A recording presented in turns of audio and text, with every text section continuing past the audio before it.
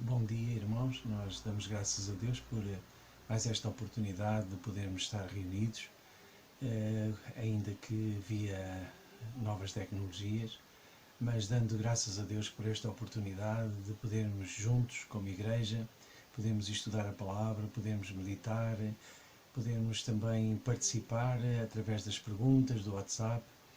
Mas antes de nós começarmos com a nossa Escola Bíblica Dominical, com a lição número 2, nós vamos orar. Então vamos pedir a bênção de Deus para este tempo. Pai querido, nós te louvamos e te agradecemos por esta oportunidade que nós temos de estarmos reunidos pelas novas tecnologias. Damos-te graças por esta oportunidade de podermos meditar na tua palavra. Então, Senhor, nós queremos te engrandecer, queremos te louvar, queremos te adorar pelo Deus maravilhoso que tu és e por tudo aquilo que tu proporcionas, Senhor, aos teus filhos, para que juntos nós possamos continuar como igreja reunida, louvando-te, engrandecendo-te, também aprendendo mais de ti, para podermos aplicar no nosso dia a dia, segundo a tua soberana vontade. Ajuda-nos, Pai querido, durante estes momentos em que vamos estudar a tua palavra, em que vamos meditar naquilo que o Senhor tem para nos dizer esta manhã. Ajuda-nos, Senhor, a compreender o teu plano, ajuda-nos a compreender aquilo que tu desejas de nós, para que nós possamos realmente fazer a tua vontade. Dá-nos um coração quebrantado e também agradecido diante do Senhor por tudo aquilo que o Senhor é, por tudo aquilo que tens-te revelado aos nossos corações e também, Senhor, por aquilo que tu tens preparado para nós, porque tu tens algo de maravilhoso, magnífico, excelso e glorioso. Nós te damos graças e nós te pedimos todas as coisas no nome precioso e santo do Senhor Jesus, o nosso Senhor e Salvador. Amém. E agora nós vamos começar a nossa escola bíblica, mas vamos fazer uma pequena revisão daquilo que ouvimos no domingo passado, através dos nossos jovens, quando apresentaram a lição número 1 de Romanos.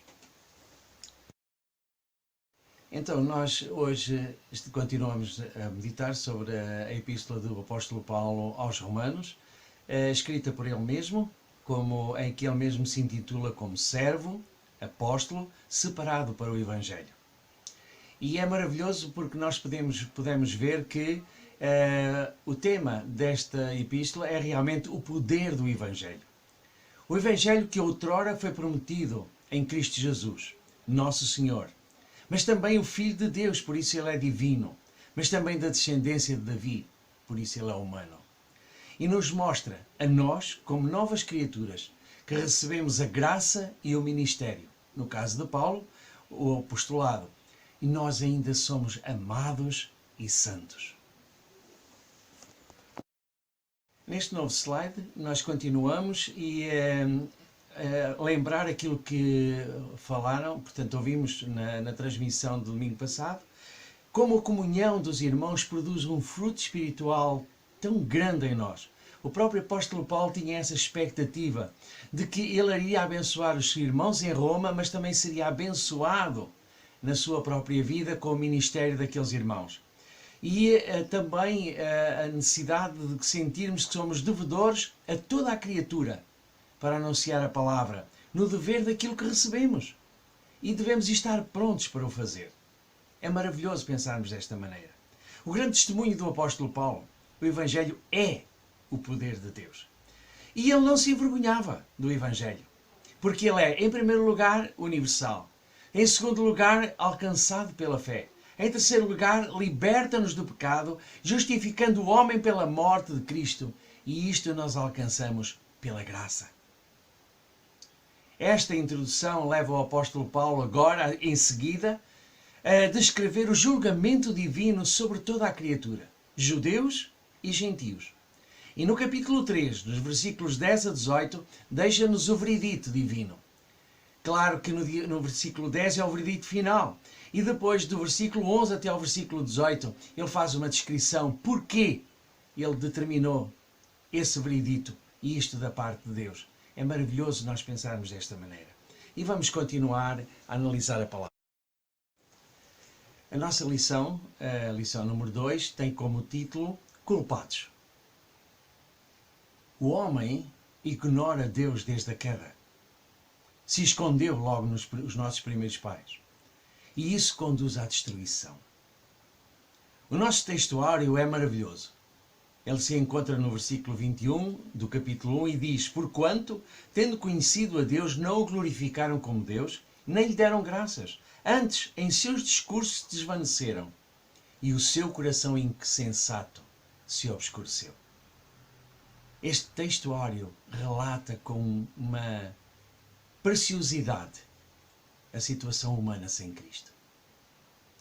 O nosso contexto é um contexto um pouco mais alargado, vai desde o versículo 18 do capítulo 1 até ao capítulo 2, versículo 32. E eu gostava de relembrar que aquilo também já foi dito na EBD passada, de que o Epístola aos Romanos se divide em duas áreas bem distintas. Do capítulo 1 até ao capítulo 11 é a doutrina, ou seja, a base do Evangelho de Cristo. Os capítulos 12 a 16 são a vida cristã, ou seja, a atitude na prática. É uma particularidade nos escritos do apóstolo Paulo. E o texto que nós hoje vamos meditar se encontra numa subdivisão chamada pecado e a necessidade humana de justificação. Porém, eu gostava de pensar e imaginarmos aquilo que Paulo estava a ver quando escreveu estes versículos, esta carta para nós neste espaço.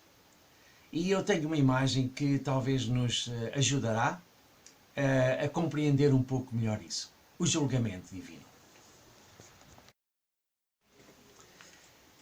Vamos imaginar, esta é uma imagem tirada da net, a sala do trono.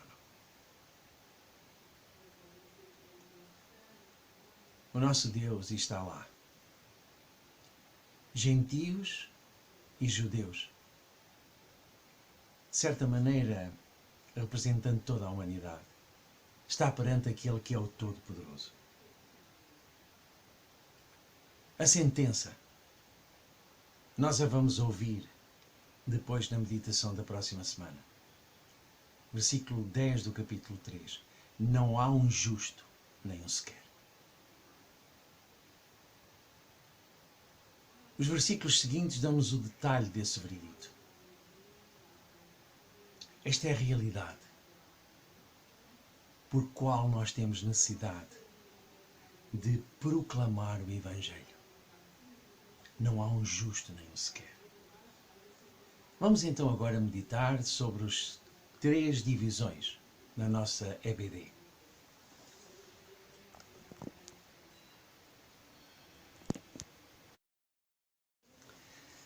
Então vamos ler, eu tenho aqui para podermos acompanhar a leitura dos versículos 18 a 20 do capítulo 1. Porque do céu se manifesta a ira de Deus sobre toda a impiedade e injustiça dos homens que detêm a verdade e a injustiça. Porquanto, o que de Deus se pode conhecer, neles se manifesta. Porque Deus o manifestou. Porque as coisas invisíveis, desde a criação do mundo, tanto o seu eterno poder como a sua divindade, se entendem claramente, se veem pelas coisas que estão criadas, para que as fiquem inexcusáveis.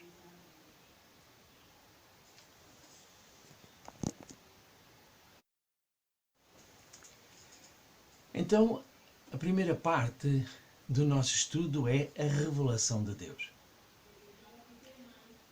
Deus se revela através da natureza. Ele não é a natureza, ele se revela através da natureza. Deus se revela na natureza para quê? Para que o homem não tenha desculpa. Toda a criação pode ver o poder, a graça, a eternidade de Deus na criação. E Ele não quer que tenham desculpa, porquê? Por causa da impiedade, diz-nos o versículo. O desrespeito pelo sagrado, o sacrilégio, a blasfémia que existe, mas também da injustiça. Dar a Deus e ao próximo que lhes é devido. O Senhor Jesus, quando foi interceptado por os seus opositores acerca do tributo, ele pediu uma moeda. Encontramos isso na narração de Marcos, capítulo 12. Lhe deram uma moeda. E ele perguntou de quem é esta moeda? É de César. Então ele explica de uma forma clara e concisa e sucinta. Dai a César o que é de César e a Deus o que é de Deus. Mas o homem não dá a Deus e ao próximo aquilo que lhe é devido por causa da injustiça humana. Todos nós somos falíveis nesta área. Nós não damos a Deus aquilo que Ele merece e também não damos aos outros aquilo que eles merecem. Por isso, o que é que isto podemos concluir? Que leva o homem a ocultar a verdade sobre Deus, o seu poder, os seus atributos e divindade, que são reais. Nós precisamos de pensar nisto. Repare, o seu poder é eterno.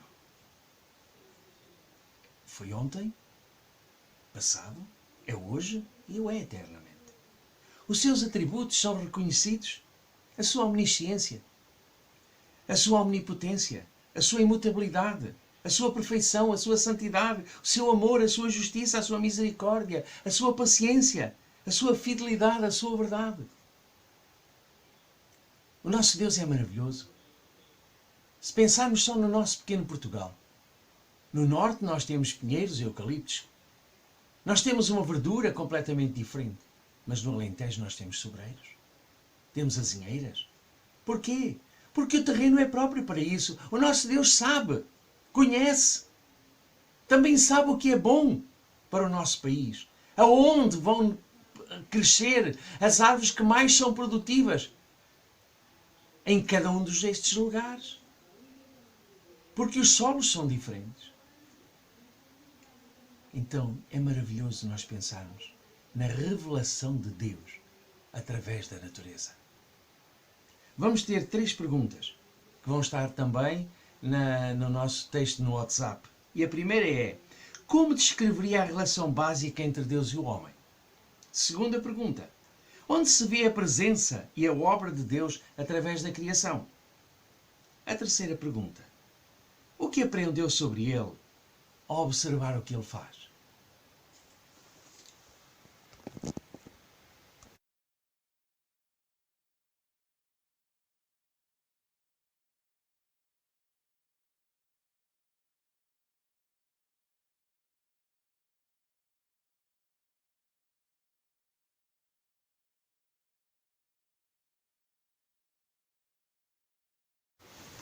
Vamos dar início a esta segunda parte, substituído pela futilidade.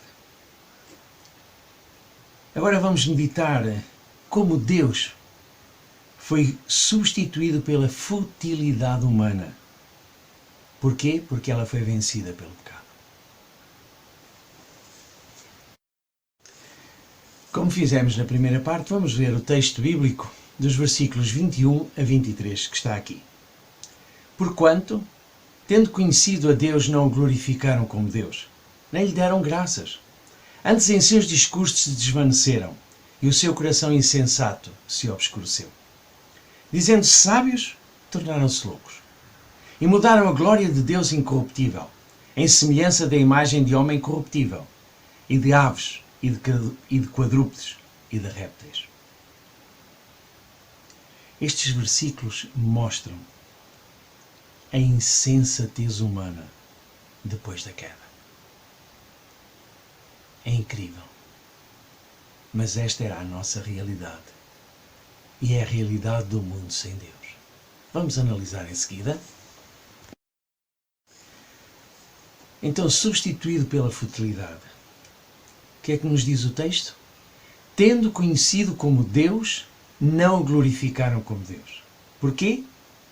O coração humano perdeu-se, pensando que era sábio. Ao pensar que é sábio, o homem mostra a loucura, a sua loucura. Nessa loucura, começa a procurar substitutos que estejam mais de acordo com os seus pensamentos. As imagens suprem a sua busca, por isso recorre ao que vê: aves, quadrúpedes e répteis. Para nós, como crentes, isto é uma loucura.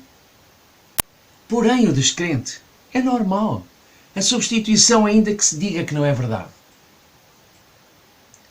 Como precisamos de graça para mostrar a situação que o homem sem Cristo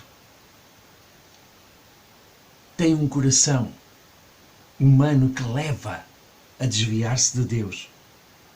Como aconteceu connosco. Até ao dia em que, pelo convencimento do Espírito Santo, nos entregamos a Ele. Precisamos de refletir. Precisamos de pensar.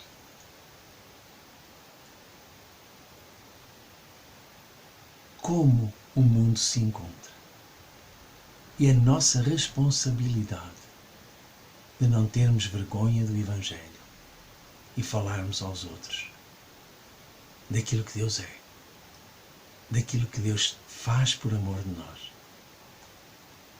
e que nós, humanamente falando, nos desviamos dele e caminham aqueles que não o conhecem pelo caminho largo para a porta larga, cujo destino é a perdição eterna. Vamos responder a duas perguntas.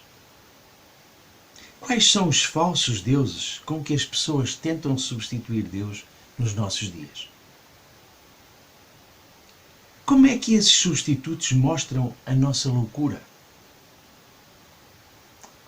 Realmente, o que é que pode tomar o lugar de Deus? Vamos responder.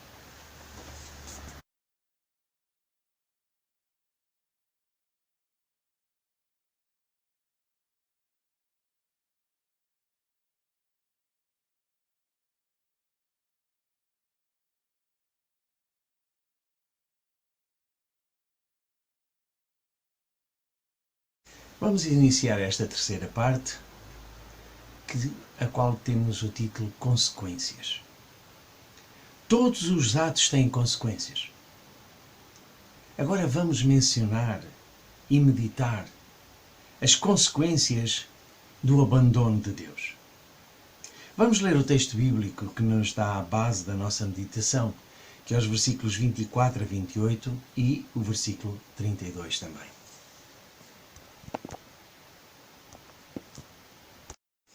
Então vamos ler os versículos 24 a 26 e depois 27 e 28 e por fim 32. Pelo que também Deus os entregou às concupiscências do seu coração, à imundícia, para desonrarem o seu corpo entre si. Pois mudaram a verdade de Deus em mentira, e honraram e serviram mais a criatura que o Criador, que é bendito eternamente. Amém.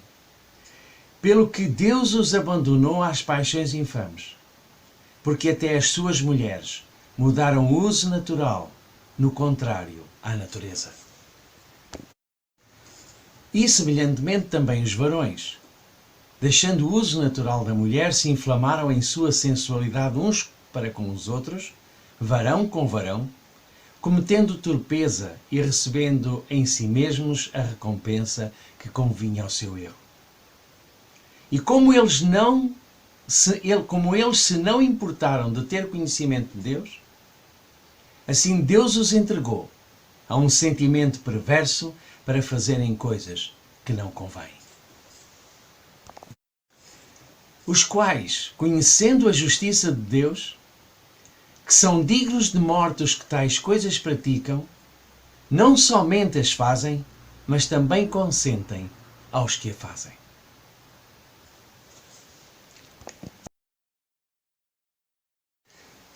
Nesta terceira parte, as consequências, nós vemos versículos 24, 26 e 28, que Deus os entregou, Deus os abandonou, Deus os entregou. Por causa do pecado, 3 vezes Deus entrega ou abandona. Entrega a quê? Em primeiro lugar, à impureza, aos desejos dos seus corações. Reparem, Jeremias 17:9, nós encontramos que enganoso é o coração mais do que todas as coisas e perverso. Quem o conhecerá? Infelizmente ainda há muitos, até mesmo crentes, dizendo que estão a seguir os desejos do seu coração. Cuidado. Temos de ter cuidado. Eles têm de ser aferidos com a palavra. O Espírito Santo habita em nós exatamente para quê? Para combater com o nosso espírito, para que não façamos o que queremos. O homem natural está entregue aos desejos dos seus corações. Nós não estamos entregues aos desejos do nosso coração. Nós estamos entregues ao desejo do Espírito. Marcos 7:21-23, o Senhor Jesus fala exatamente isto, porque do interior do coração dos homens saem maus pensamentos, os adultérios, as prostituições, os homicídios, os furtos, a avareza, a maldade, o engano, a dissolução, a inveja, a blasfêmia, a soberba, a loucura. Todos estes males procedem de dentro e contaminam o homem. O homem natural é exatamente isto. Segundo lugar, paixões vergonhosas. A impureza sexual, homossexualidade e lesbianismo. E nós sabemos o que tem feito. Sabemos aquilo que o nosso país, inclusivamente, já homologou através da lei. Já pedimos perdão a Deus. Creio que muitos irmãos o têm feito. Por a forma como, levianamente, o nosso país se voltou contra aquilo que é mandamento divino. Mas isto é fruto, exatamente, da entrega de Deus a paixões vergonhosas. Deus os abandonou a isso. Em terceiro lugar, Deus os entregou a um modo de pensar reprovável.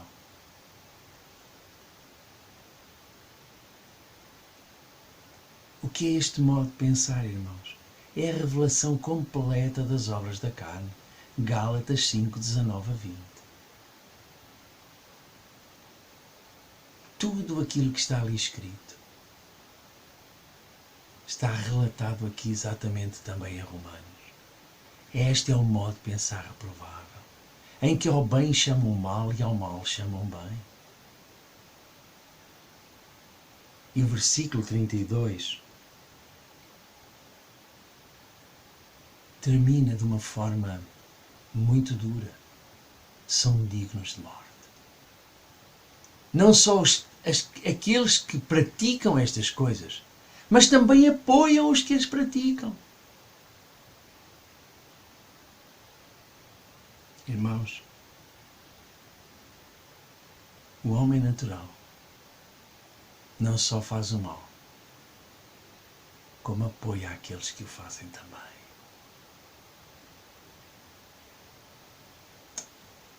Irmãos, estas são as consequências do pecado. Deus entrega a impureza, Deus abandona paixões vergonhosas, Deus entrega a um modo de pensar reprovável. Irmãos, temos um trabalho tão grande, uma responsabilidade tão grande, de sermos arautos, testemunhas, servos, cumprindo o propósito de Deus para a sua igreja, do qual nós fazemos parte. Começando na nossa Jerusalém, por toda a Judeia e Samaria, até aos confins da terra. Que o Senhor nos ajude, irmãos, a pensarmos nisto, a meditarmos nisto para que nós possamos sentir o desejo e a ousadia, sem vergonha, de podermos proclamar aquele que é o mais maravilhoso plano, a mais excelsa mensagem, a mais gloriosa expectativa que o homem jamais pode ter. Não só de pecados perdoados, a certeza da salvação e a certeza da vida eterna com Ele. E nele nós vamos viver em lugar que o homem não viu, nunca imaginou, nem subiu ao seu coração nada. É tudo glorioso, demasiado glorioso, para que nós possamos pensar. Lembro-me perfeitamente das palavras do apóstolo Paulo, quando ele subiu ao paraíso, e ele diz que ouviu palavras que não são dignas de ser ditas a mortais como nós. Nem a linguagem celeste nós estamos autorizados a usar, porque somos mortais. Isto é demasiado glorioso, excelso, aquilo que o mundo precisa de ouvir, que nós já temos a certeza, mas que desejamos que outros também nos acompanhem nesta caminhada para a honra e glória do nosso Deus. Amém? Vamos responder algumas perguntas, desta vez 5. Não sei se vamos todos responder, mas pelo menos vamos tentar. Consegue o homem conseguir o que o homem deseja? As perguntas vão estar no WhatsApp. Conseguir o que o homem deseja é sempre bom? É uma pergunta. Segunda pergunta. Sugerimos parar para pensar que o homem pode estar a caminhar na direção de um problema eterno? Terceira pergunta. O julgamento do pecado por Deus mostra a sua justiça? Como? Por último, qual consequência eterna motivada pelo afastamento do homem de Deus? Creio que esta é a resposta mais rápida. Pensamos na responsabilidade de anunciar o maravilhoso plano de Deus como única solução para a eternidade? Que o Senhor nos ajude a meditarmos nisto, porque nós temos algo de maravilhoso para transmitir e podemos afirmar, como o Senhor afirma, de que Ele é Deus. Só isso. E de que Ele tem um plano maravilhoso para nós, em Cristo Jesus.